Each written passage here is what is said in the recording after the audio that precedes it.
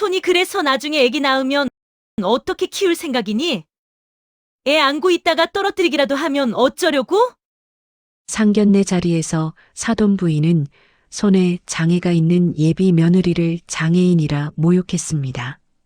굵은 금목걸이 세 줄을 두른 졸부 할머니가 고급 레스토랑에 나타나자 예비 사돈은 입꼬리가 올라갔습니다. 시골에서 논 팔아 떼돈 번 무식한 졸부 할머니. 장애가 있는 손녀를 교수 집안에 시집 보내는 게 은혜라며 50억을 내놓으라고 요구했죠. 바로 그때 룸문이 열리고 정장 입은 비서들이 들어와 90도로 허리를 숙였습니다. 회장님, 준비 다 됐습니다. 그 광경을 본 사돈의 얼굴이 새하얗게 질린 그 순간 졸부 할머니가 목에 걸린 금목걸이를 벗어 던지며 차갑게 한마디 했습니다. 그 한마디에 의기양양하던 사돈은 그 자리에 무릎을 꿇었습니다. 대체 그날 상견례 자리에서 졸부 할머니에게 대체 무슨 일이 있었던 걸까요? 이야기 시작 전 구독과 좋아요, 알림 설정 부탁드립니다. 나는 윤명희입니다. 올해 75이죠. 아침마다 손녀 세연이가 내 방문을 톡톡 두드리며 깨우던 그 시절이 그리 오래되지 않았습니다. 이제는 내가 먼저 일어나 세연이 방문 앞에서 숨소리를 들으며 하루를 시작하게 됐어요. 손녀가 아침잠이 많아진 건 대학원에 다니느라 밤늦게까지 공부하기 때문이죠. 그날도 평범한 아침이었습니다. 세연이가 늦잠을 자고 나는 주방에서 미역국을 끓이고 있었어요. 냄비 뚜껑을 열자 김이 모락모락 올라왔습니다. 돌아가신 남편이 미역국을 참 좋아했었죠. 여보, 이 국물 맛 좀 봐. 시원하지? 그때는 그랬습니다. 작은 것에도 행복했던 시절이요. 할머니, 나 일어났어. 세연이가 부스스한 머리로 주방에 들어섰습니다. 내 하나뿐인 손녀였죠. 28살인데도 여전히 아이 같은 얼굴이에요.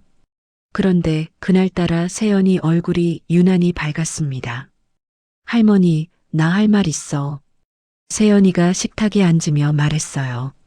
나는 국그릇을 세연이 앞에 놓으며 물었죠. 뭔데? 무슨 좋은 일이라도 있냐? 응. 그게 남자친구 있잖아. 준영이 오빠. 아, 그 교수라는 남자. 세연이가 6개월 전부터 만나고 있다던 남자였습니다. 처음 들었을 때는 기뻤어요. 우리 손녀도 이제 누군가를 만나는구나 싶었거든요. 세연이는 10살 때 교통사고를 당했습니다. 신경이 손상돼서 한쪽 팔에 장애가 생겼죠. 물건을 잡아도 자꾸 손에서 미끄러져 떨어졌어요. 그때마다 세연이는 고개를 숙이고 미안해요를 입버릇처럼 달고 살았습니다. 여러분, 10살짜리 아이가 물 한 잔 쏟고 울면서 사과하는 걸 본 적 있으십니까? 내 가슴이 얼마나 찢어졌는지 모릅니다. 준영이 오빠가 그러는데 부모님께 인사드리고 싶대. 세연이의 목소리가 들떠 있었어요. 나는 숟가락을 들다 말고 세연이를 봤습니다. 그래, 그럼 언제 만나자고 하더냐? 다음 주 토요일. 상견례 하자고 하셨대. 상견례. 그 단어를 듣는 순간 내 가슴이 두근거렸습니다. 기쁜 마음도 있었지만 이상하게 불안한 느낌도 함께 올라왔어요. 왜 그랬을까요? 지금 생각해보면 그게 할머니의 직감이었던 것 같습니다. 할머니, 괜찮지? 준영이 오빠네 집안이 좀 까다롭다는데. 세연이가 조심스럽게 물었어요. 나는 손녀의 머리를 쓰다듬으며 웃었습니다. 까다로우면 어때? 우리 세연이가 좋다는데. 그렇게 말은 했지만 뭔가 마음 한구석이 무거웠습니다. 상견례 날짜가 잡힌 그날 저녁이었어요. 비서 박 실장이 전화를 걸어왔습니다. 박 실장은 20년 넘게 내 옆에서 일해온 사람이죠. 회장님 말씀드린 대로 조사 끝났습니다. 나는 서재로 들어가 문을 닫았어요. 세연이가 들으면 안 되는 이야기였으니까요. 어떻더냐? 글쎄요. 좀 이상합니다. 박 실장의 목소리가 무거웠어요. 김혜숙 씨, 그러니까 예비 사돈 되시는 분 말입니다. SNS에는 교육자 집안이라고 자랑하던데 뒤로는 좀 뭐? 직원들한테 막 대하더라고요. 제가 영상 하나 보내드릴게요. 잠시 후 휴대폰에 영상이 도착했습니다. 나는 화면을 켰어요. 고급 레스토랑이었습니다. 김혜숙이라는 여자가 테이블에 앉아 있었죠. 옆에는 아들인지 30 중반쯤 돼 보이는 남자가 함께였어요. 야, 이게 뭐야? 스테이크가 이렇게 질겨? 김혜숙이 큰 소리로 종업원을 불렀습니다. 종업원이 황급히 다가왔죠. 죄송합니다, 손님. 제가 다시 무슨 다시야? 주방장 불러. 당장? 종업원이 당황한 표정으로 고개를 숙였어요. 그 모습을 보던 김혜숙의 아들이 웃으며 말했습니다. 어머니, 그냥 먹어요. 사람들 다 쳐다보잖아. 뭐, 내가 돈 내고 먹는데 왜 참아? 요즘 애들은 버릇이 없어도 너무 없어. 김혜숙이 손을 휘저으며 종업원을 쫓아냈습니다. 영상은 거기서 끝났어요. 나는 휴대폰을 내려놓고 한숨을 쉬었습니다. 가슴이 답답했어요. 사람은 약한 사람한테 어떻게 대하느냐를 보면 그 속이 다 보입니다. 종업원한테 함부로 대하는 사람이 며느리한테는 잘해줄까요? 내 50년 인생 경험이 말해주더군요. 저 여자는 안 된다고. 박 실장, 그 집안 재정 상태는 어떻더냐? 사학재단 운영하는데 빚이 좀 많습니다. 횡령 의혹도 있고요. 얼마나? 대충 50억은 넘을 겁니다. 나는 눈을 감았습니다. 그제야 모든 게 이해가 됐어요. 왜 갑자기 상견례를 하자고 했는지, 왜 세연이가 까다롭다는 말을 했는지. 그들은 우리 손녀가 필요한 게 아니었습니다. 우리 손녀 뒤에 있는 돈이 필요했던 거죠. 나는 서재 창밖을 바라봤어요. 어둠 속에서 가로등 불빛만 깜빡였습니다. 예전에 남편이 그랬죠. 명희야, 세상에는 두 부류 사람이 있어. 사람을 보는 사람과 돈을 보는 사람. 그날 밤 나는 잠을 이루지 못했습니다. 세연이 방에서 들려오는 작은 웃음소리가 가슴을 찔렀어요. 저 아이는 아직 모르고 있었죠. 자기를 사랑한다던 남자가, 그 남자 어머니가 무슨 생각을 하고 있는지. 새벽 4시쯤이었을 겁니다. 나는 결심했어요. 이번엔 내가 나서야겠다고. 우리 손녀를 지켜야겠다고. 그리고 저 인간들이 어떤 인간들인지 똑똑히 확인해야겠다고 말이죠. 다음 날 아침 나는 박 실장을 만났습니다. 회사가 아닌 집 근처 조용한 카페였어요. 더 자세히 말해봐. 박 실장이 서류 봉투를 건넸습니다. 나는 그걸 열어봤죠. 김혜숙 씨 남편 김태형, 사학재단 이사장입니다. 근데 횡령 의혹이 10년 전부터 있었어요. 서류를 넘기는 내 손이 떨렸습니다. 분노 때문이 아니었어요. 세연이 생각 때문이었죠. 빚 보증도 잘못 썼나 봅니다. 재단 부채가 60억 넘어요. 60억? 네. 근데 회장님, 이게 문제가 아닙니다. 박 실장이 다른 서류를 꺼냈어요. 김혜숙 씨가 사람을 풀어서 회장님 뒷조사를 했더라고요. 근데 웃긴 게, 회장님을 시골 벼락부자로 착각하고 있습니다. 나는 커피잔을 들다 말고 박 실장을 봤어요. 뭐라고? 10년 전에 회장님이 충남 쪽 땅을 몇 개 사두신 거 있잖아요. 그게 신도시 개발로 보상금이 나왔다는 소문이 돌았나 봐요. 그걸 김혜숙 씨가 듣고는 박 실장이 헛웃음을 쳤습니다. 회장님이 놈 팔아서 벼락부자 된 무식한 할머니인 줄 압니다. 순간 기가 막혔어요. 웃어야 할지 화를 내야 할지 모르겠더군요. 라모드 그룹 회장을 롬파라 떼돈 번 시골 할머니로 착각하다니. 내가 40년 동안 이 그룹을 일궈온 걸 꿈에도 모르는 거였죠. 그래서 회장님한테 돈을 뜯어낼 계획을 짜고 있습니다. 어떻게? 재단의 기부 명목으로 50억을 받아내고 대신 세연 씨를 명예이사로 앉힌다는 식입니다.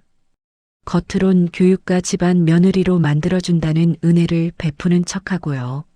나는 커피잔을 내려놓았어요. 손이 덜덜 떨렸습니다. 정말 이게 말이 됩니까? 우리 손녀를 사람으로 본 게 아니라 돈벌이 수단으로 본 겁니다. 장애가 있으니 팔아먹기 딱 좋다고 생각한 거죠. 회장님, 그냥 상견례 취소하시죠. 제가 세연 씨한테 다른 핑계 대서. 아니, 나는 고개를 저었습니다. 가야겠어. 예, 내가 직접 가서 확인해야겠어. 저 인간들이 정말 그런 인간들인지. 박 실장이 당황한 표정을 지었어요. 회장님, 그럼 정체를 들키는 거 아닙니까? 들키면 어때? 아니, 오히려 좋아. 나는 서류를 덮으며 말했습니다. 일부러 들키게 해야지. 그 전에 저 인간들 본색부터 똑똑히 봐야겠어. 그날 밤 나는 세연이 방문 앞에 섰습니다. 불이 꺼진 방 안에서 세연이의 고른 숨소리가 들렸어요. 문득 18년 전이 떠올랐습니다. 세연이가 10살 때였죠. 학교에서 미술 시간에 물감을 쏟았다고 울면서 돌아온 날이었어요. 할머니, 애들이 나보고 손 이상한 애래. 나 학교 안 갈래. 그때 세연이 얼굴이 지금도 생생합니다.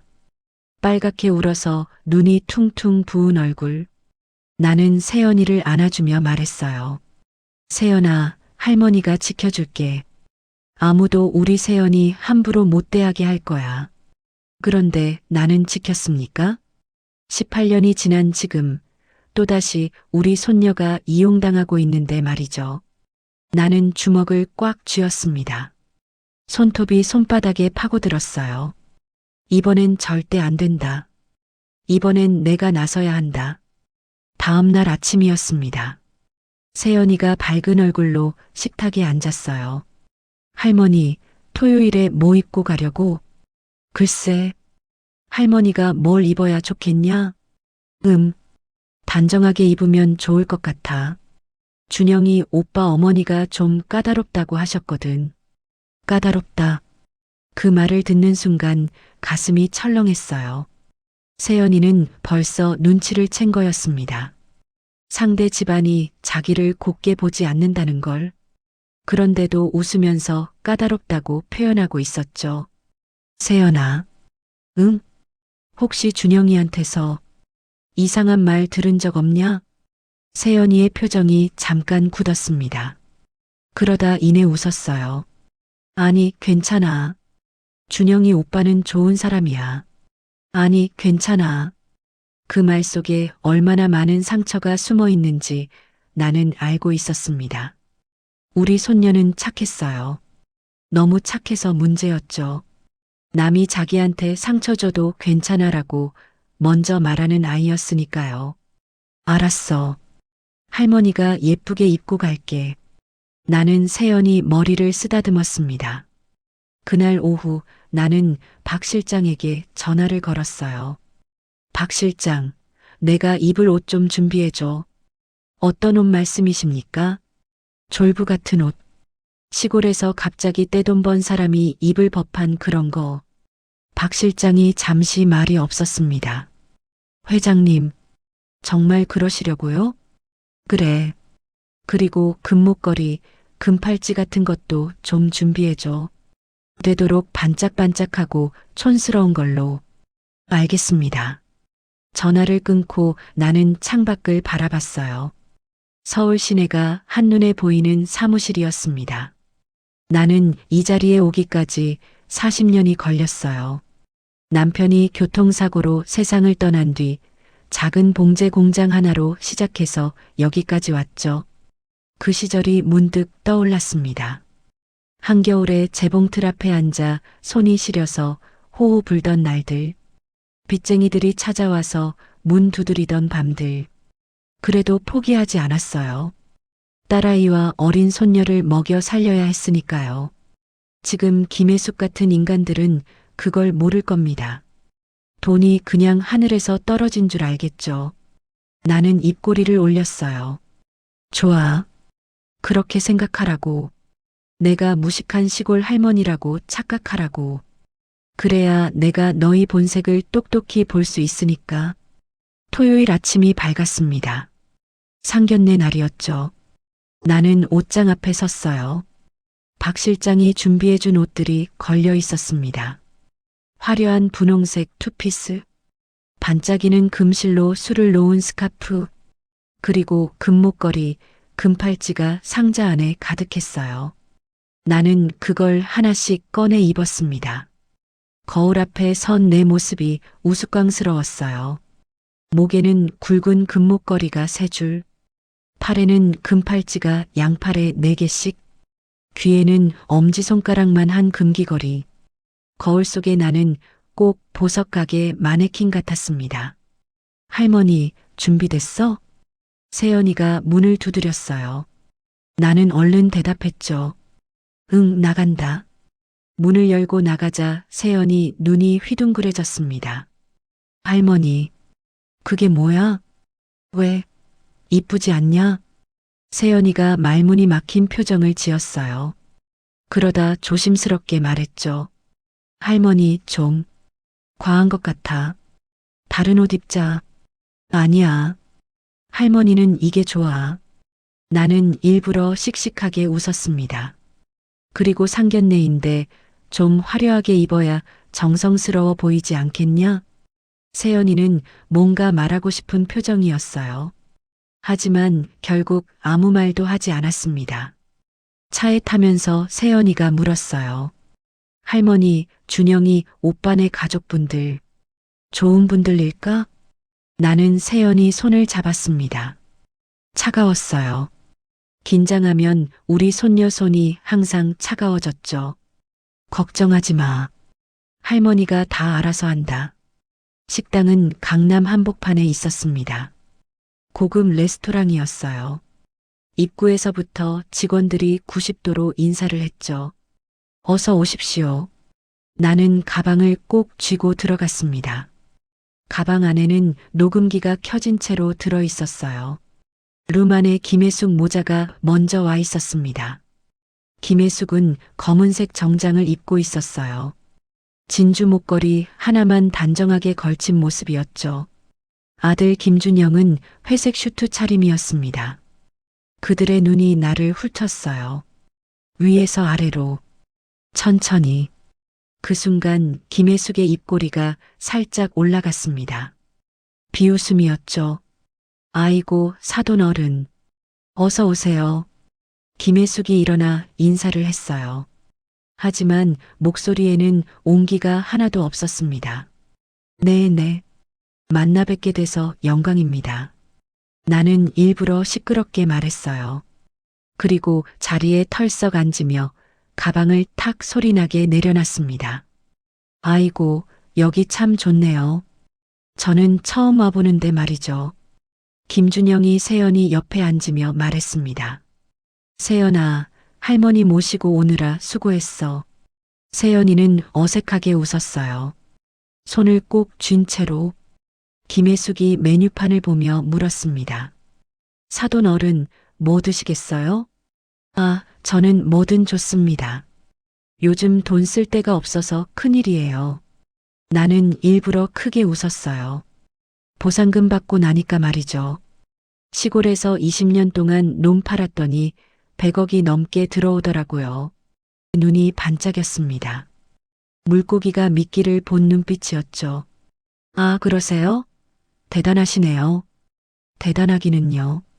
운이 좋았죠, 뭐.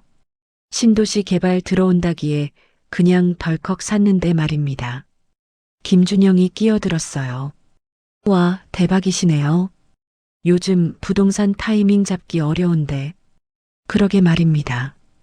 그래서 이것저것 사고 있어요. 나는 목걸이를 만지작거렸습니다. 이것도 새로 샀어요. 금값이 오른다기에 말이죠. 김혜숙이 내 목걸이를 보더니 코웃음을 쳤어요. 아주 살짝. 하지만 나는 받습니다. 사돈 어른, 그런데 그렇게 온몸에 금을 두르시면 좀. 그렇죠. 예. 진짜 돈 있는 사람은 절제할 줄 아는 법인데 너무 과하면 오히려 품격이 떨어져 보여요. 순간 공기가 차갑게 식었습니다. 누가 처음 만난 사람한테 이런 말을 합니까? 옷차림을 지적하는 게 예의입니까? 하지만 나는 참았어요.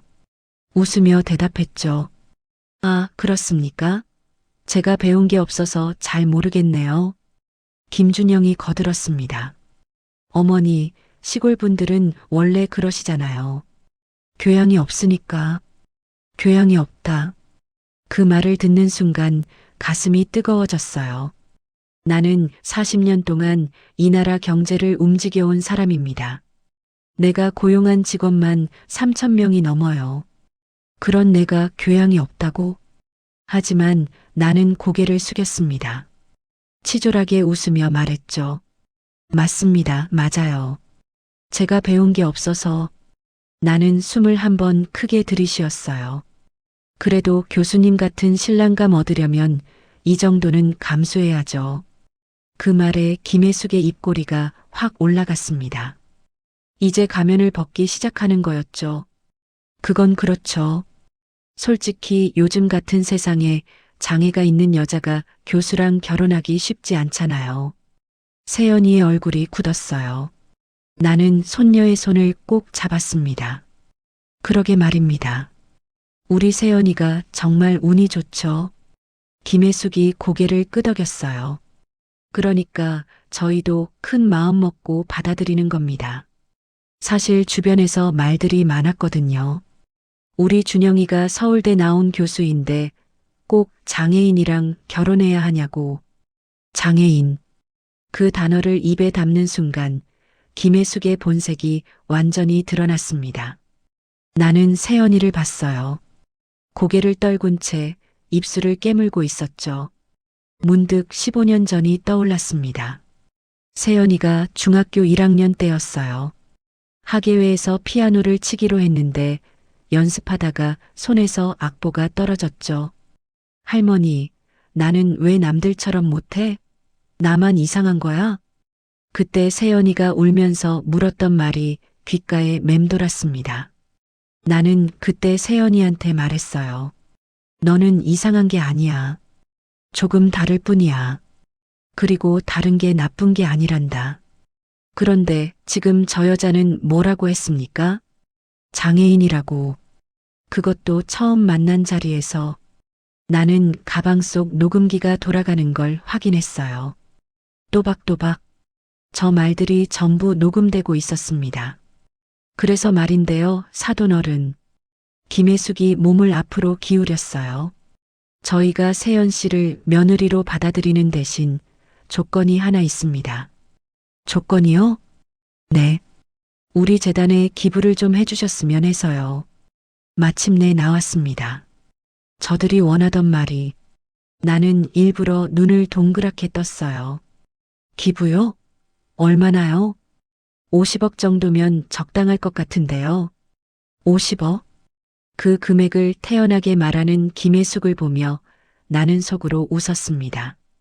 정말 뻔뻔한 인간들이로군요. 50억? 그 말을 듣는 순간 나는 일부러 당황한 표정을 지었습니다. 50억이요? 네. 많이 부담스러우세요? 김혜숙이 웃었어요. 친절한 척하는 미소였죠. 아니, 그게 아니라 갑자기 그런 큰 돈을. 사돈 어른, 이렇게 생각하세요. 김혜숙이 찻잔을 들며 말했습니다. 우리 재단은 20년 전통의 명문사학입니다. 거기 명예이사 자리를 드리는 거예요. 그럼 세연 씨도 교육가 집안 며느리가 되는 거죠. 김준영이 거들었어요. 맞아요. 할머니, 요즘 세상에 스펙이 얼마나 중요한데요. 우리 재단이사 타이틀 하나면 세연이 이력서가 확 달라지는 겁니다. 나는 고개를 갸웃했습니다. 그런데 그게 법적으로 효력이 있나요? 순간 김혜숙의 표정이 굳었어요. 아주 잠깐. 뭐가요? 명예이사요. 제가 돈을 내면 그게 법적으로 보장이 되는 건가요? 김혜숙이 짜증 섞인 표정을 지었습니다. 아이고, 무식한 게 질문만 많네요. 그런 건 다 서류로 처리되는 겁니다. 그럼 계약서 같은 게 있습니까? 당연하죠. 김혜숙의 목소리가 높아졌어요. 사돈 어른, 저희를 믿지 못하시겠어요? 우리가 20년 동안 학교 운영해온 사람들인데 나는 속으로 웃었습니다. 20년 동안 횡령해온 사람들이겠지. 하지만 겉으로는 황급히 손사래를 쳤어요. 아, 아닙니다. 그게 아니라 제가 잘 몰라서요. 김혜숙이 한숨을 쉬었습니다. 정말, 이러니까 사람은 배워야 한다니까요. 과연 이게 정상입니까? 돈 받으려는 사람이 돈 주는 사람한테 이렇게 대합니까? 하지만 나는 꾹 참았어요. 아직 더 들어야 했으니까요. 음식이 나오기 시작했습니다. 스테이크, 샐러드, 스프. 세연이가 포크를 들었어요. 손이 떨렸습니다. 긴장하면 우리 손녀 손에 힘이 안 들어갔죠. 포크가 세연이 손에서 떨어졌어요. 쨍그랑. 식당 안이 조용해졌습니다. 세연이가 얼굴이 새빨개지며 포크를 주었어요. 죄송합니다. 김준영이 헛웃음을 쳤습니다. 세연아, 조심해야지. 미안해. 아니, 미안하다는 게 아니라. 김준영이 말을 멈췄어요. 그러더니 김혜숙을 봤죠. 김혜숙이 입을 열었습니다. 세연아, 내가 솔직히 말하는데. 네.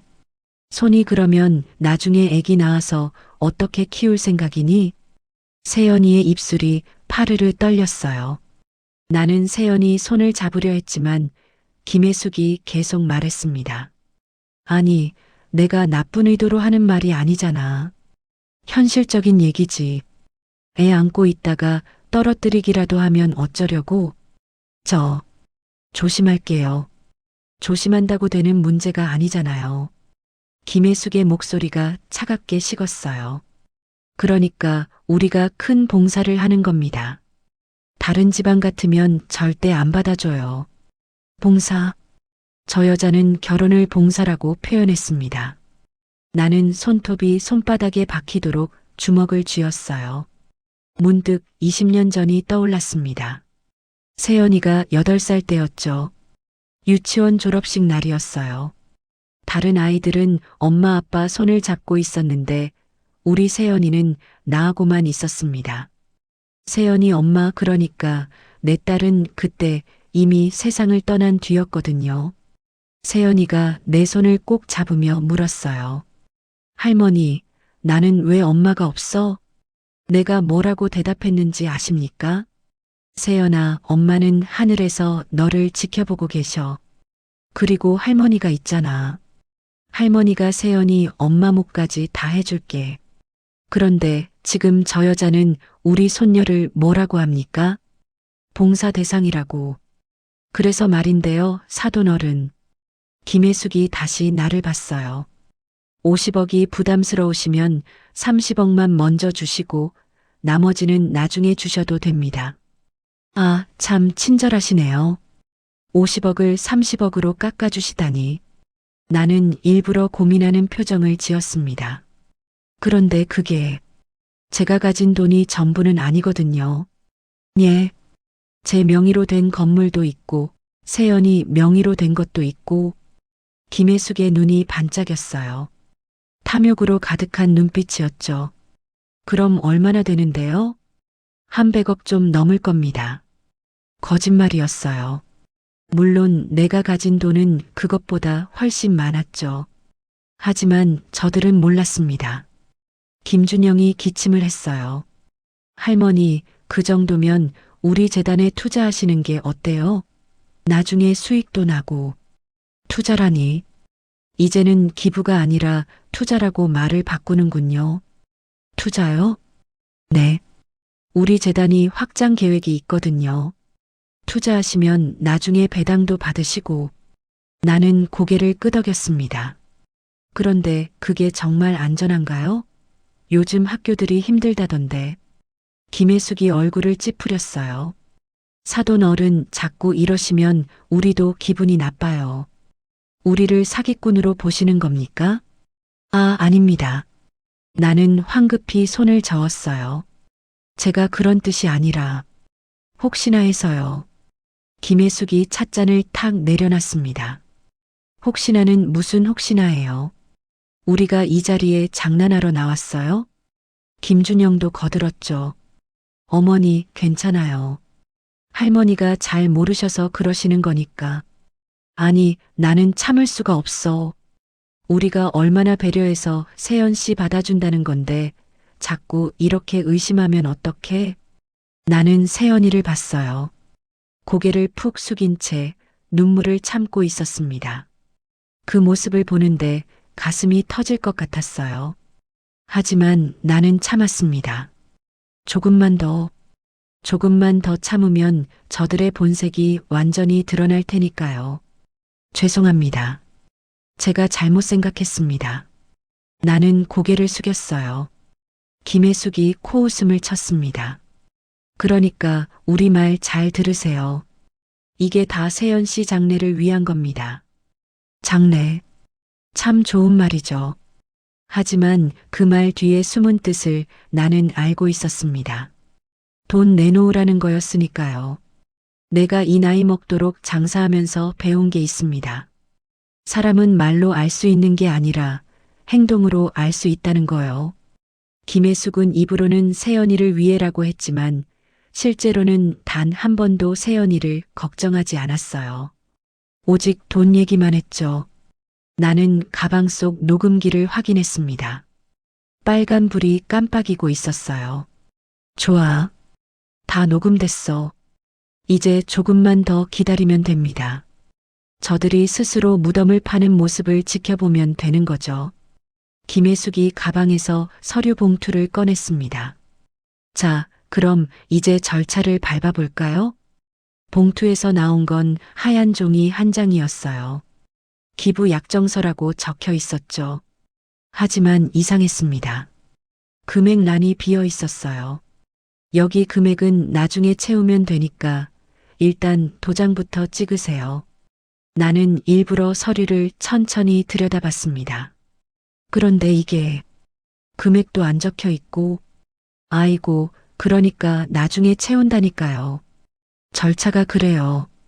김혜숙이 짜증을 냈어요. 금액도 안 적힌 약정서에 도장을 찍으라고요? 이게 정상적인 계약입니까? 나는 속으로 피식 웃었습니다.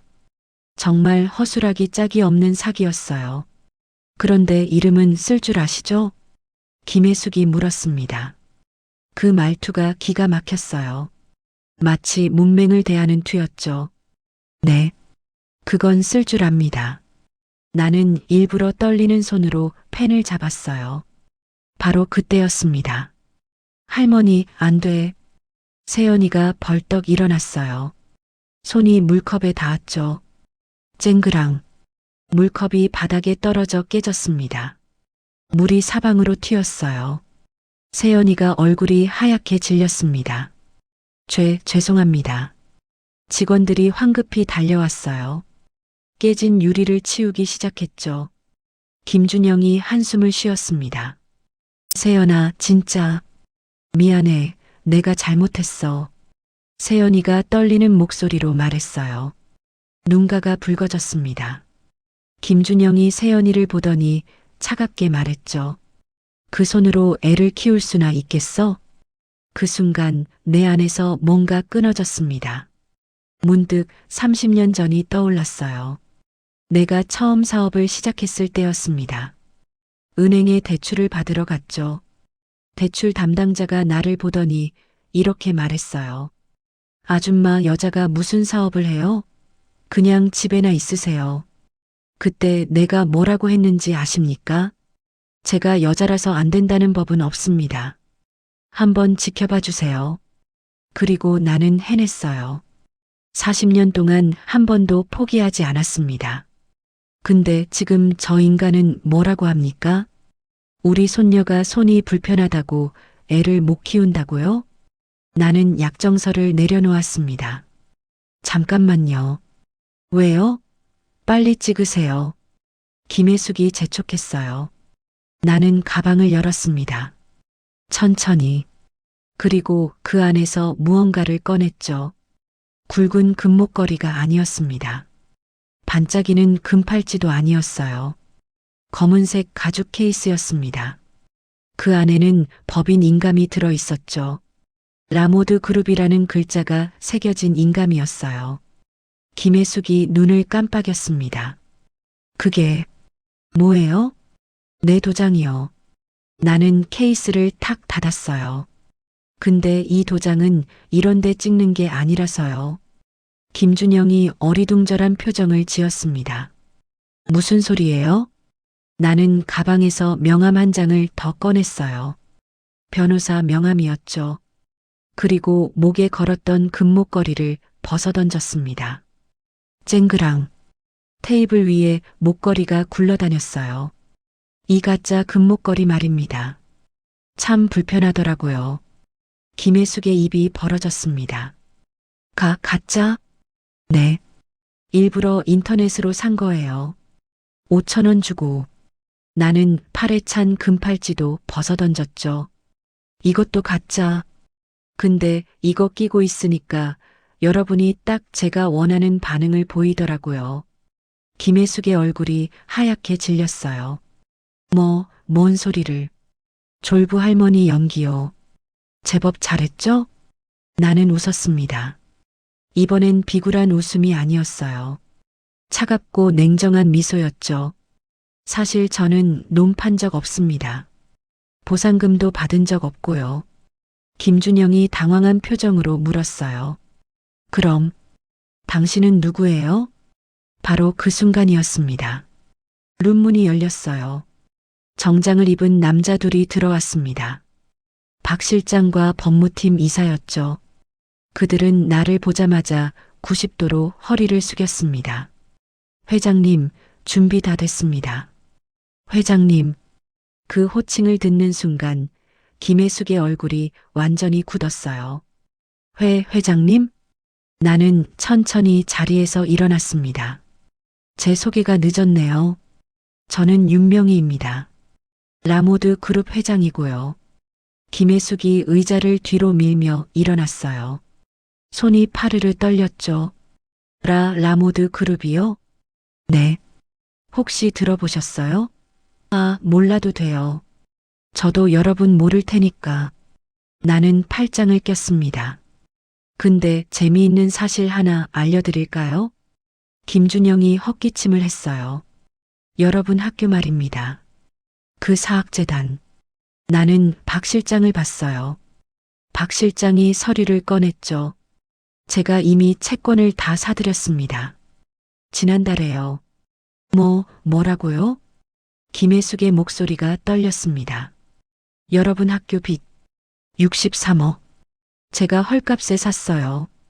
그러니까 지금 제가 여러분 학교 최대 채권자인 셈이죠. 김준영이 벌떡 일어났어요. 이게 무슨... 앉으세요. 내 목소리가 차갑게 식었습니다. 아직 할 말이 남았으니까요. 나는 녹음기를 꺼냈어요. 가방 속에 있던 그 녹음기였죠. 그리고 오늘 여러분이 하신 말씀 전부 녹음됐습니다. 재생 버튼을 눌렀어요. 김혜숙의 목소리가 흘러나왔습니다. 우리 집 족보에 장애인이 끼면 얼마나 창피한데 그 손으로 어떻게 애를 키우려고. 우리가 큰 봉사를 하는 겁니다. 녹음이 흘러나올수록 김혜숙의 얼굴이 새파랗게 질렸어요. 나는 녹음을 멈췄습니다. 이 정도면 사기 미수, 협박, 장애인 비하로 고소할 수 있을 것 같은데요. 김혜숙이 무릎을 꿇었습니다. 갑자기, 회장님, 제가 잘못했습니다. 몰라 뵙고, 몰라봐서 잘못이에요? 아니면 제대로 알았어도 이렇게 하셨을까요? 나는 세연이를 봤어요. 눈물을 흘리고 있었습니다. 여러분, 제 손녀를 뭐라고 하셨죠? 봉사 대상이라고요.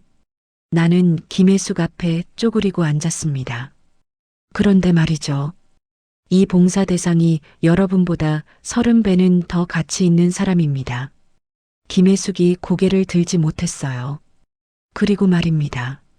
나는 일어서며 금목걸이를 주었어요. 내 손녀가 불편한 게 아니라 썩은 동아줄 잡고 사람 장사하려는 너희들이 불편한 것 같은데요? 루만이 조용해졌습니다. 김준영이 떨리는 목소리로 물었어요. 그럼 저희는 어떻게 되는 겁니까? 나는 웃었습니다. 어떻게 되긴요? 당연히 끝이죠. 박 실장이 또 다른 서류를 꺼냈어요. 이미 법원에 채권 추심 신청했습니다. 그리고 경찰에도 신고 들어갈 겁니다. 김혜숙이 내 바지를 붙잡았습니다. 회장님, 제발이요. 한 번만 용서해 주십시오. 용서요? 나는 그 손을 뿌리쳤어요. 여러분이 우리 손녀한테 한 짓을 생각하면 용서는 무슨. 나는 세연이 손을 잡았습니다. 가자, 세연아. 할머니, 울지 마. 이제 다 끝났어. 우리는 룸을 나섰어요. 뒤에서 김혜숙의 애원하는 소리가 들렸지만 나는 돌아보지 않았습니다. 복도를 걷는데 세연이가 말했어요. 할머니, 나는 정말 몰랐어. 뭘? 할머니가 이렇게 멋진 사람인 줄. 나는 세연이를 안아줬습니다. 바보야. 할머니는 항상 멋진 사람이었어. 다만 오늘 처음 보여준 것 뿐이지. 식당 밖으로 나오니 햇살이 따스했어요. 오랜만에 마음이 시원했습니다. 네, 알겠습니다. 식당을 나선 우리는 차에 탔습니다. 세연이가 창밖을 보며 말했어요. 할머니, 이제 끝난 거야? 아직 아니야. 나는 시동을 걸었습니다. 이제 시작이야. 집으로 돌아오는 길 휴대폰이 울렸어요. 박 실장이었습니다. 회장님, 큰일 났습니다. 무슨 일이야? 김혜숙 씨가 기자회견을 연다고 합니다. 뭐? 나는 차를 길가에 세웠어요. 언제?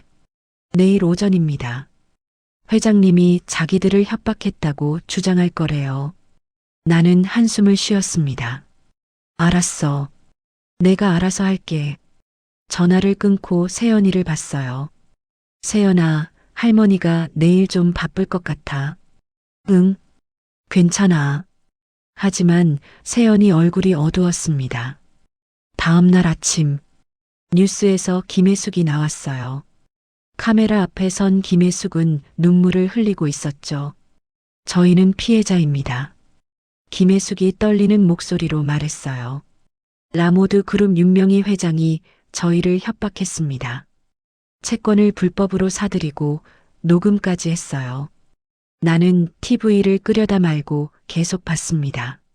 저희 아들이 장애가 있는 여성과 결혼하려 했는데 윤 회장이 그걸 반대하면서 거짓말이었어요.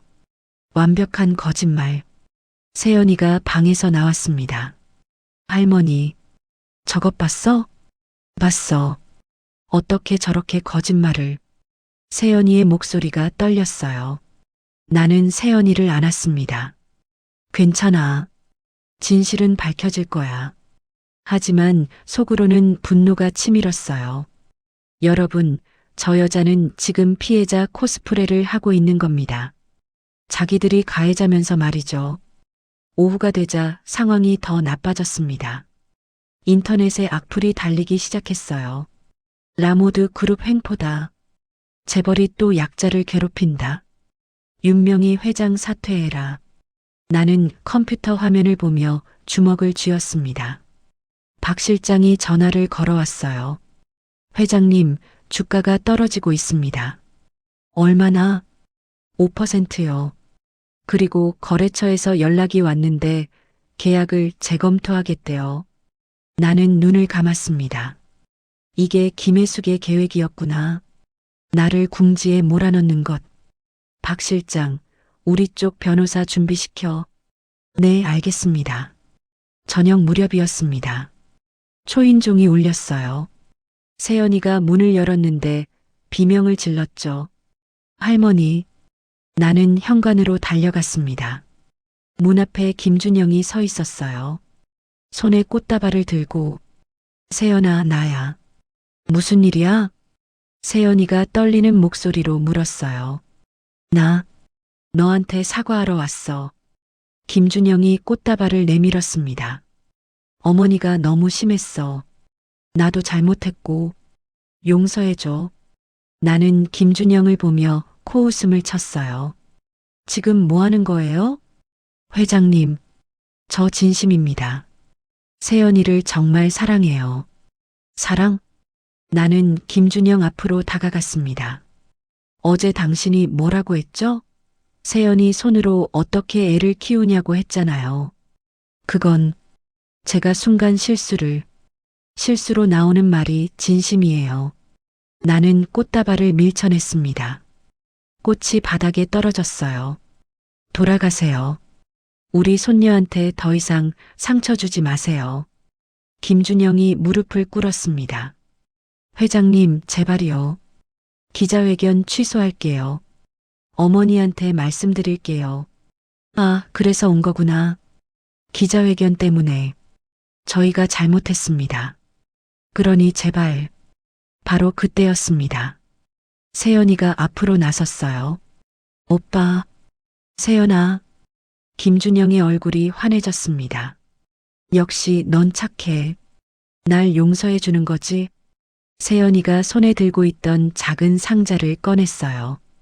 은빛 팔찌가 들어있는 상자였죠.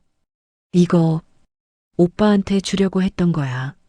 이게 뭔데? 우리 엄마가 나한테 준 팔찌야. 엄마 유품이야.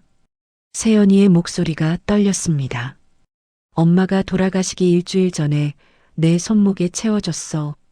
세연아, 힘들 때마다 이거 보면서 엄마 생각해라고 하시면서 나는 세연이를 봤어요. 눈에 눈물이 고여 있었습니다. 나한테 제일 소중한 거야.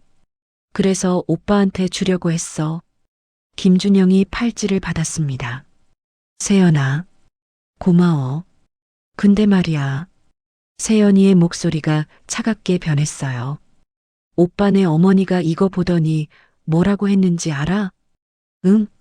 세연이가 김준영을 똑바로 봤습니다. 이게 뭐야? 은팔찌? 이딴 거 필요 없어라고 하면서 바닥에 던졌어. 김준영의 얼굴이 굳었어요. 그리고 오빠 어머니가 말씀하셨어.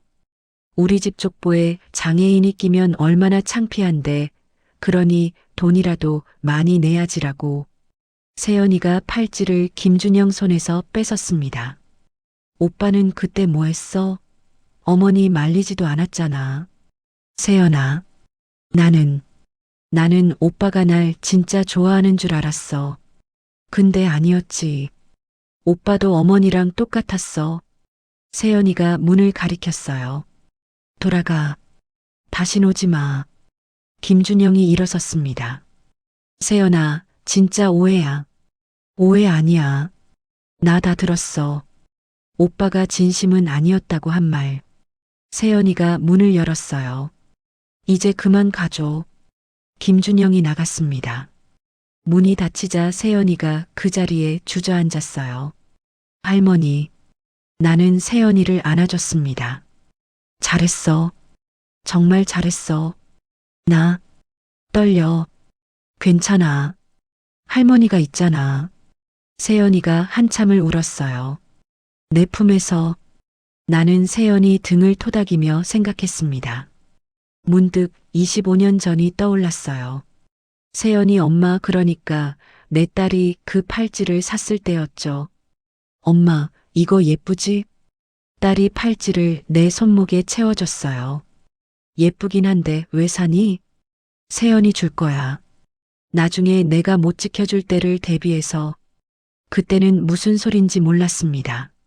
하지만 1년 뒤 딸이 교통사고로 세상을 떠났죠. 그리고 딸은 죽기 전에 세연이한테 그 팔찌를 채워줬어요. 세연아, 엄마는 항상 너랑 함께 있을 거야. 이 팔찌가 증거야. 그 팔찌를 김혜숙이 바닥에 던진 겁니다. 쓰레기처럼 나는 이를 악물었어요. 그날 밤 나는 잠을 이룰 수 없었습니다. 창밖을 보니 비가 내렸어요. 주룩주룩. 나는 서재로 가서 남편 사진을 봤습니다. 여보, 나 지금 잘하고 있는 거 맞아? 사진 속 남편은 웃고 있었어요. 주가도 떨어지고 사람들은 날 나쁜 사람이라고 하고 눈물이 났습니다. 근데 말이야, 나는 포기할 수가 없어. 우리 손녀를 지켜야 하잖아. 빗소리만 들렸어요. 나는 눈물을 닦고 휴대폰을 꺼냈습니다. 박 실장에게 문자를 보냈죠. 내일 아침 긴급회의 소집. 모든 증거 준비해. 이제 마지막 한수를 둘 시간이었습니다. 다음 날 아침, 나는 회사 회의실에 앉아 있었습니다. 박 실장과 법무팀 변호사들이 자료를 정리하고 있었어요. 회장님, 모든 준비 끝났습니다. 좋아. 그럼 시작하자. 나는 자리에서 일어났습니다. 오늘 오후 3시 기자회견 잡아. 네, 알겠습니다. 회의실 문이 열렸어요. 세연이가 들어왔습니다. 할머니, 나도 갈게. 세연아, 괜찮아. 나도 할 말이 있어. 세연이의 눈빛이 달라져 있었어요. 더 이상 움츠러든 눈이 아니었죠. 오후 3시 라모드 그룹 본사 대회의실이었습니다. 기자들이 가득 차 있었어요. 카메라 플래시가 터졌죠. 나는 단상에 섰습니다. 세연이가 내 옆에 섰어요. 안녕하십니까. 라모드 그룹 윤명희입니다. 내 목소리가 마이크를 타고 울려 퍼졌습니다. 어제 김혜숙 씨가 기자회견을 하셨죠. 저를 협박범으로 만들었습니다. 기자들이 수첩을 꺼냈어요. 하지만 오늘 저는 진실을 말씀드리려 합니다. 나는 박 실장에게 눈짓했어요. 스크린에 영상이 떴습니다. 상견례 날 찍은 CCTV 영상이었죠. 이건 상견례 당일 식당 CCTV입니다. 제가 허락받아 공개합니다. 영상이 재생됐어요. 김혜숙의 목소리가 들렸습니다. 손녀분 손이 저런데 우리 집에서 받아주는 게 얼마나 큰 봉사인지 아십니까? 기자들이 웅성거렸어요. 영상이 계속됐습니다. 그 손으로 어떻게 애를 키우려고 그래요? 김준영의 목소리였죠. 그리고 마지막. 우리 집 족보에 장애인이 끼면 얼마나 창피한데, 그러니 돈이라도 많이 내야지. 김혜숙의 날카로운 목소리가 회의실을 가득 채웠습니다. 영상이 멈췄어요. 회의실이 조용해졌습니다. 나는 기자들을 봤어요. 여러분, 이게 피해자의 말입니까? 아무도 대답하지 않았습니다. 김혜숙 씨는 제 손녀를 사람으로 본 게 아닙니다. 돈벌이 수단으로 봤죠. 나는 다른 서류를 꺼냈어요. 그리고 이건 김혜숙 씨 남편 김태영 씨의 횡령 증거입니다. 스크린에 장부 사진이 떴습니다. 10년 동안 학교 돈 30억을 빼돌렸습니다. 여기 증거가 있습니다. 기자들이 카메라를 들이댔어요. 그리고 하나 더. 나는 숨을 깊이 들이쉬었습니다. 김혜숙 씨, 이번이 처음이 아닙니다. 회의실 문이 열렸어요. 한 여자가 들어왔습니다. 최은주였어요. 저는 최은주라고 합니다. 최은주가 마이크 앞에 섰어요. 10년 전 저도 김혜숙 씨 아들과 결혼할 뻔했습니다. 기자들이 놀란 표정을 지었어요. 저는 다리가 불편합니다. 김혜숙 씨가 그랬어요. 우리 아들이 너를 받아주는 건 은혜다. 그러니 집 한 채 값은 내라고. 최은주의 목소리가 떨렸습니다. 저는 바보 같았죠. 사랑한다는 말에 속아서 5억을 줬어요. 근데 돈 받고 나서 그 사람들이 연락을 끊었습니다. 회의실이 술렁거렸어요. 고소했지만 무혐의 처리됐어요. 증거가 부족하다고 최은주가 눈물을 닦았습니다. 10년 동안 저는 그 상처를 안고 살았어요. 근데 오늘 같은 일이 또 벌어진다는 걸 알았습니다. 최은주가 세연이를 봤어요. 이번엔 막아야 한다고 생각했어요. 회의실 문이 또 열렸습니다. 이번엔 다른 여자였어요. 저는 박미선입니다. 5년 전에 나는 놀라서 박 실장을 봤어요. 박 실장이 작게 고개를 끄덕였죠. 저도 비슷한 일을 겪었습니다. 김혜숙 씨가 제게 10억 원을 요구했어요. 박미선이 떨리는 목소리로 말했습니다. 저는 청각 장애가 있습니다. 그래서 그 사람들은 저를 쉬운 상대로 봤죠. 여러분, 이게 뭡니까?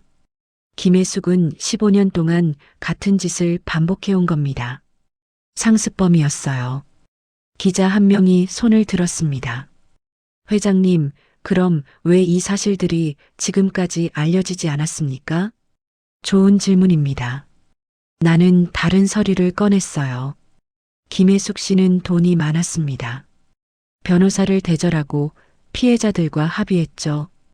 때로는 협박도 했고요. 증거가 있습니까? 있습니다. 스크린에 문자 메시지가 떴어요.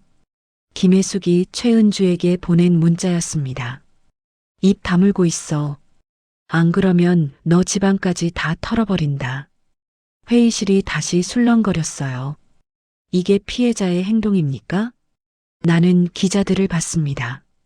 김혜숙 씨는 약자를 노렸습니다. 장애가 있는 여성들을. 왜냐하면 쉽게 이용할 수 있으니까요. 나는 세연이 손을 잡았어요. 하지만 이번엔 달랐습니다. 제 손녀 뒤에는 제가 있었으니까요. 세연이가 마이크 앞으로 나섰습니다. 저는 이세연입니다. 세연이의 목소리가 떨렸지만 힘이 있었어요. 저는 신경 손상으로 한쪽 팔이 불편합니다. 물건을 자주 떨어뜨려요. 세연이가 손을 들어 보였죠. 근데 그게 뭐가 잘못됐습니까? 회의실이 조용해졌습니다. 저도 사랑할 수 있고 누군가를 행복하게 할 수 있어요. 다만 조금 다를 뿐이죠. 세연이의 눈에 눈물이 맺혔어요. 김혜숙 씨는 저를 봉사 대상이라고 했습니다. 근데 저는 봉사 대상이 아니에요. 저도 한 명의 사람입니다. 기자들이 박수를 쳤어요. 짝짝짝. 나는 세연이를 안아줬습니다. 잘했어. 바로 그때 회의실 문이 벌컥 열렸어요. 김혜숙이 들어왔습니다. 거짓말이에요. 다 거짓말이라고요. 김혜숙이 소리쳤어요. 카메라들이 김혜숙을 향했죠. 저 사람들이 다 짜고 온 겁니다. 짜고 왔다고요? 나는 김혜숙을 똑바로 봤어요. 그럼 CCTV 영상도 거짓말입니까? 녹음도 거짓말이고요? 그건 어제 당신은 제가 협박했다고 했죠. 근데 협박당한 사람이 왜 또 상견례 다음 날 우리 집에 찾아왔습니까? 김혜숙의 얼굴이 하얗게 질렸어요. 그건 당신이 온 이유는 하나였어요. 채권을 돌려받고 싶어서. 나는 그날을 떠올렸습니다. 김혜숙이 무릎 꿇고 빌던 모습, 그리고 세연이가 준 은팔찌를 바닥에 던지던 모습. 당신은 제게 기회를 받았어요. 용서받을 기회를. 나는 김혜숙 앞으로 다가갔습니다. 근데 당신은 그 기회를 짓밟았죠. 우리 손녀 엄마 유품까지 모욕하면서. 김혜숙이 뒤로 물러섰어요. 회장님, 제가 이제 끝입니다. 나는 경찰을 불렀어요. 회의실 문이 열리고 경찰이 들어왔죠. 김혜숙 씨 사기 및 협박 혐의로 체포합니다. 안 돼. 안 된다고. 김혜숙이 소리쳤지만 경찰은 수갑을 채웠습니다. 윤명희, 당신 후회할 거야. 후회는 제가 할 말이에요. 나는 차갑게 말했습니다. 당신이 우리 손녀한테 한 짓 평생 후회하시길. 김혜숙이 끌려나갔어요. 회의실이 조용해졌습니다. 나는 기자들을 봤어요. 오늘 이 자리는 제 손녀를 지키기 위한 자리였습니다. 나는 세연이를 봤어요. 하지만 동시에 다른 피해자들을 위한 자리이기도 합니다. 최은주와 박미선이 고개를 숙였어요. 우리 사회는 약자를 너무 쉽게 이용합니다. 장애가 있다고, 돈이 없다고, 힘이 없다고. 나는 마이크를 잡았습니다. 하지만 그건 잘못됐습니다. 우리는 모두 존중받을 자격이 있어요. 기자들이 다시 박수를 쳤어요. 회의실을 나서며 세연이가 말했습니다. 할머니, 고마워. 뭐가? 나한테 싸워야 할 용기를 알려줘서. 나는 세연이 머리를 쓰다듬었어요. 할머니는 원래 싸우는 사람이야. 우리 가족 지키는 게 내 일이거든. 문득 40년 전이 떠올랐습니다. 내가 처음 회사를 만들었을 때였어요. 은행 문을 나서며 남편이 그랬죠. 명희야, 힘들면 포기해도 돼. 안 돼. 나는 포기 안 해. 우리 딸 먹여 살려야 하잖아. 그때부터였습니다. 나는 한 번도 포기하지 않았어요. 여러분, 이 정도면 제가 할 일은 다 한 거 맞죠? 우리 손녀 지켜냈고 다른 피해자들도 구했잖아요. 저녁 무렵 집으로 돌아왔습니다. 현관문을 열자 따뜻한 불빛이 새어나왔어요. 세연이가 저녁을 차려놓고 기다리고 있었죠. 할머니, 빨리 와. 배고파. 나는 웃었습니다. 오랜만에 마음이 편안했어요. 석 달이 지났습니다. 가을이 왔어요. 회사 창밖으로 단풍이 보였죠. 나는 서류를 보고 있었습니다. 법원 판결문이었어요. 피고인 김혜숙, 징역 3년에 집행유예 5년. 집행유예라니. 솔직히 말하면 실망스러웠어요. 실형을 받아야 한다고 생각했거든요. 하지만 박 실장이 그랬죠. 회장님, 그래도 전과자가 됐습니다. 그리고 학교는 완전히 잃었고요. 맞는 말이었어요. 김혜숙의 남편 김태영은 횡령 혐의로 실형을 받았습니다. 징역 2년. 아들 김준영은 대학에서 해고됐어요. 장애인 비하 발언이 문제가 됐죠. 사학재단은 라모드 그룹이 인수했습니다. 나는 재단 이사장으로 새로운 사람을 앉혔어요. 교육 경험이 풍부한 전직 교장 선생님이었죠. 투명하게 운영하세요. 학생들을 위한 학교로 만들어 주십시오. 알겠습니다, 회장님. 그리고 한 가지 더. 비정규직 직원들을 전원 정규직으로 전환했습니다. 회장님, 정말 감사합니다. 경비 아저씨가 눈물을 닦으며 인사했어요. 괜찮습니다. 당연한 일이에요. 급식실 아주머니들도 울면서 고마워했죠. 회장님, 저희는 평생 이 은혜 잊지 않겠습니다. 나는 그들의 손을 잡았어요. 은혜라니요. 여러분이 일한 만큼 받는 거예요. 문득 30년 전이 떠올랐습니다. 내가 작은 봉제 공장을 운영할 때였어요. 직원 한 명이 남편이 아파서 돈이 급하다고 했죠. 사장님, 월급을 미리 받을 수 있을까요? 당시 우리 공장도 형편이 어려웠습니다. 하지만 나는 내 돈을 빌려줬어요. 천천히 갚으세요. 급한 일부터 처리하시고요. 그 직원이 울면서 말했어요.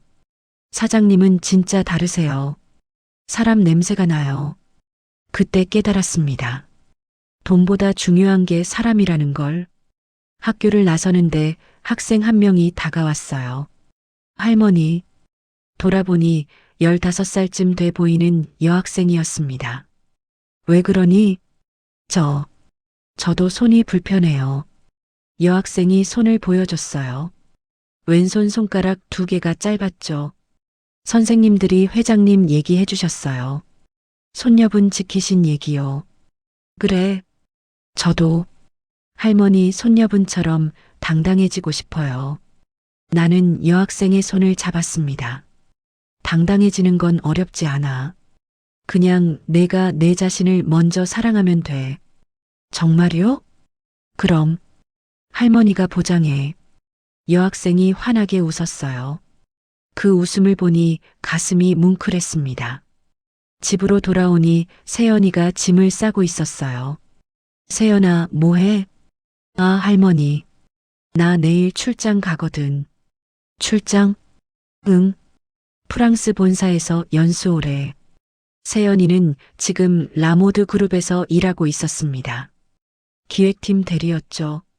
처음에는 걱정했어요. 세연아, 힘들지 않겠니? 괜찮아, 할머니. 나 이제 안 숨고 싶어. 그 말을 듣는 순간 눈물이 났습니다. 우리 손녀가 이렇게 씩씩해졌구나. 잘 다녀와. 할머니는 여기서 기다릴게. 응. 세연이가 나를 안아줬어요. 그날 저녁 나는 혼자 차를 마셨습니다. 창밖으로 달이 떠올랐어요. 휴대폰이 울렸습니다. 모르는 번호였죠. 여보세요? 회장님, 저 최은주입니다. 아, 10년 전 피해자였던 그 여자. 네, 안녕하세요. 저, 감사 인사 드리려고요. 무슨 감사요? 회장님 덕분에 제가 받은 돈 돌려받았어요. 김혜숙 씨 재산 압류해서. 나는 웃었습니다. 다행이네요. 그리고 제가 이제 새로 시작할 수 있을 것 같아요. 용기가 생겼어요. 잘 됐네요. 정말 감사합니다. 평생 잊지 않을게요. 전화를 끊고 나는 하늘을 봤어요. 별이 반짝이고 있었습니다. 문득 남편 생각이 났어요. 여보, 내가 잘한 거 맞지? 바람이 불었습니다. 마치 대답하는 것 같았어요. 그럼 당연하지. 나는 웃음이 났어요. 제가 이 나이 먹고 이런 일을 겪을 줄 알았겠습니까? 손녀 상견례 갔다가 사기꾼 소탕 작전까지 벌일 줄 말이에요. 뭐, 인생이 원래 그런 거 아니겠습니까? 일주일 후였습니다. 나는 세연이 이름으로 장학재단을 설립했어요. 세연 장학재단. 장애가 있는 학생들을 위한 장학금이었죠. 개소식 날 많은 사람들이 왔습니다. 기자들도 왔고 학생들도 왔어요. 회장님, 한 말씀 해주십시오. 나는 마이크 앞에 섰습니다. 저는 평범한 할머니입니다.